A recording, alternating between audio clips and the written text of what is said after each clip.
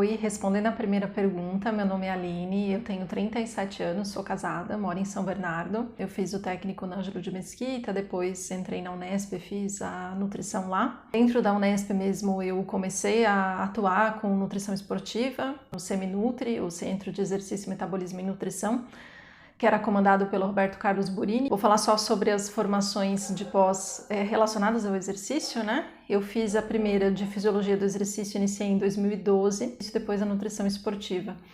Desde então eu atendo em consultório, já atendi em várias clínicas diferentes nessa área e atuo também num clube hoje, a Associação de Funcionários Públicos daqui.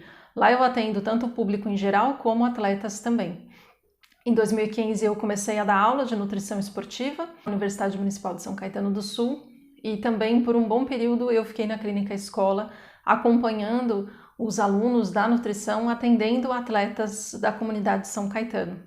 Quanto ao tipo de carboidrato que eu usaria antes de uma competição de natação, eu pensaria em carboidrato simples, monodisacarídeo ou óleo, então provavelmente seria uma maltodextrina, uma dextrose, que numa diluição de até 6%, né, que é fácil da gente ingerir, é bem comum de ser consumido, ou um gel de carboidrato que acaba tendo uma mistura de vários tipos de carboidrato e muitos atletas preferem. Então, se houvesse a real necessidade, caso o atleta não tivesse uma preparação prévia, com a oferta de carboidrato suficiente para que ele tivesse uma musculatura com bastante estoque, né, desse nutriente, e se fosse um treino, de repente uma competição com um tempo mais prolongado, que justificasse a gente pensar em usar um carboidrato imediatamente antes ou durante, porque a gente tem que pensar também na digestibilidade durante a atividade física.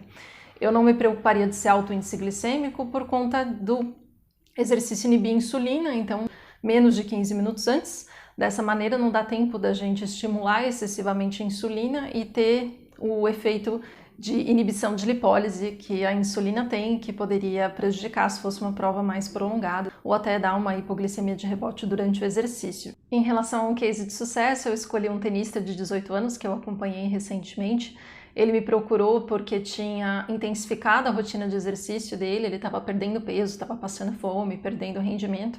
Ele faz em torno de 9 horas de tênis ou outras atividades físicas durante o dia. Eu fiz ajustes no plano de alimentação dele, suplementei por conta da praticidade, ele usou o whey porque ele encerrava um treino em torno de meio-dia e depois meio-dia e 30 ele iniciava uma aula que ele tinha que dar e acabava passando fome e ia almoçar só depois dessa primeira aula que ele dava. No segundo momento a gente ajustou a hidratação dele, a gente conseguiu recuperar então 2,5 kg, a propometria mostrou 2,2 kg de ganho de massa muscular. Ele está indo para os Estados Unidos, ele conseguiu uma bolsa de estudos para fazer a faculdade.